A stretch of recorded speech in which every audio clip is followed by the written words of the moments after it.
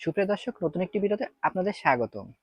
আমি এই মুহূর্তে যে বিষয়টি নিয়ে আপনাদের সঙ্গে কথা বলতে এসেছি সেটি হলো অত্যন্ত গুরুত্বপূর্ণ চট্টগ্রাম বন্দর ও নৌবন্দরের মাধ্যমে বিদেশিদের হাতে তুলে দেওয়ার চূড়ান্ত আয়োজন সম্পূর্ণ হয়ে গেছে। দর্শক, প্রতিদিন এত কিছু ঘটে যায় যে একটি বিশেষ কথা বলতে গেলে অন্যটি পিছিয়ে যায়, কিন্তু আজকের কেমন যে উপেক্ষা করার মতো নয়। আপনারা ইতিমধ্যে জেনেছেন গতকাল বাংলাদেশের সচিবালয় চট্টগ্রামে চট্টগ্রাম বন্দর ব্যবস্থাপনা নিয়ে একটি গুরুত্বপূর্ণ বৈঠক অনুষ্ঠিত হয়েছে এবং বৈঠকের শেষে নৌ পরিবহন উপদেষ্টা এম.এস. শওকত হোসেন বলেছেন, চট্টগ্রাম বন্দর কৃত পরিচালনা পূর্ব দায়িত্ব নেওয়া হয়েছে। বন্দর কৃত অপারেট করতে পারে কিন্তু বাতিল করতে পারে না।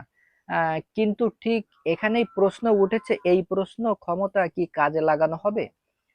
আপাতত দৃষ্টিতে বলা হচ্ছে আগামী 6 জুন থেকে 6 মাসের জন্য বাংলাদেশের নৌ পরিবহন এটি পরিচালনা করবে। কিন্তু তারপর কি হবে?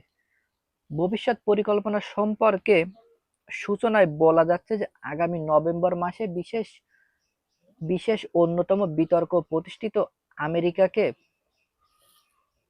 আমেরিকার পছন্দে দুই আমেরিকার পছন্দে দুইটি কোম্পানি ডিপি ওয়ার্ল্ড এর হাতে তুলে দেওয়া হবে এবং টার্মিনাল তুলে দেওয়া হবে। এখানে এখানে এনসিবি পরিচালক করছে এবং দেশটি প্রতিষ্ঠিত সবাই সি ওয়ার্ড টার্মিনাল এই টার্মিনাল পরিচালনা সঙ্গে সরকারের চুক্তির মেয়াদ শেষ হয়েছে 6 জুলাই। নৌবাহিনীকে সামরিক সময়ের জন্য দায়িত্ব দিয়েছেন এবং ধীরে ধীরে ডিপি ওয়ার্ল্ড এর হাতে চট্টগ্রাম বন্দর তুলে দেওয়া হবে। এটি সরাসরি করা যাবে না, এটি একটি কৌশলগত উপায় অবলম্বন করে জনগণকে আন্দোলন এবং শ্রমিকদের প্রতিবাদ বা রাজনৈতিক চাপ এড়ানো যাবে কিনা। সরকার দাবি করছে এটি দেশের স্বার্থে। এই দেশের স্বার্থে কেন? একটি লাভজনক দেশের প্রতিষ্ঠানকে বাদ দিয়ে বিদেশের কোম্পানিকে দেওয়া হচ্ছে কেন? এমন এমন একটি বন্দর যা দেশের অর্থনৈতিক মূল চালিত শক্তি, সেটি বিদেশিরা নিয়ন্ত্রণ কেন করবে?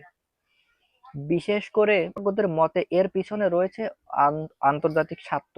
বিশেষ করে মার্কিন লক্ষ্য করছে চট্টগ্রাম বন্দর। এরপর তাদের প্রতিবেশী নির্দেশনা করা হচ্ছে এবং মায়ানমারের বিদ্রোহ কাছ থেকে অস্ত্র ও অন্যান্য সরবরাহ পৌঁছাতে পারে। সুতরাং এটি একটি বাণিজ্যিক লেনদেন নয়, এর পিছনে রয়েছে কূটনীতিক ও সামাজিক উদ্দেশ্য।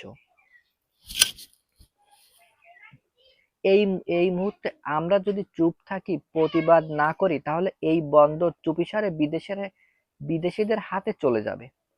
আজ না হলেও আগামী নভেম্বর মাসে।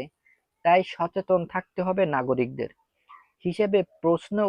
হিসেবে আমাদের প্রশ্ন করা হচ্ছে, ডক্টর মোহাম্মদ ইউনূস অন্তর্বর্তীকালীন সরকার কি দেশের স্বার্থ চেয়েছিলেন, নাকি বাইরের স্বার্থ বেশি প্রাধান্য দিচ্ছে? কেন তারা এতটা মরিয়া হয়ে উঠেছে চট্টগ্রাম বন্দরকে হস্তক্ষেপ পথে এগোনো? কেন তারা কৌশলগত দিক থেকে জনগণকে এড়িয়ে কেবল এরপর এমন সিদ্ধান্ত নেওয়া হচ্ছে? সবশেষে বলবো, আমরা এখন প্রবল প্রতিবাদ যদি না করি তবে একসময় হয়তোবা আর কোনো কিছুই করার থাকবে না। চট্টগ্রাম বন্দরে একেবারে বিদেশিদের হাতে চলে গেলে তা আর ফিরে পাওয়ার সহজ হবে না কোনোভাবেই। দর্শক, আজকের ভিডিওটি ছিল এই পর্যন্ত। ভিডিওটি যদি ভালো লাগে তাহলে অবশ্যই ভিডিওতে একটা লাইক দিবেন। আপনি আমাদের চ্যানেলে নতুন হলে অবশ্যই চ্যানেলটি সাবস্ক্রাইব করে আমাদের পাশে থাকবেন। আর অবশ্যই আমাদের ভিডিওটি আপনার বন্ধুদের মাঝে শেয়ার করতে ভুলবেন না। তো দেখা হচ্ছে পরবর্তী আরেকটি ভিডিওতে। ততক্ষণ ভালো থাকুন, সুস্থ থাকুন। এত সময় আমাদের সাথে থাকার জন্য আপনাকে অসংখ্য ধন্যবাদ।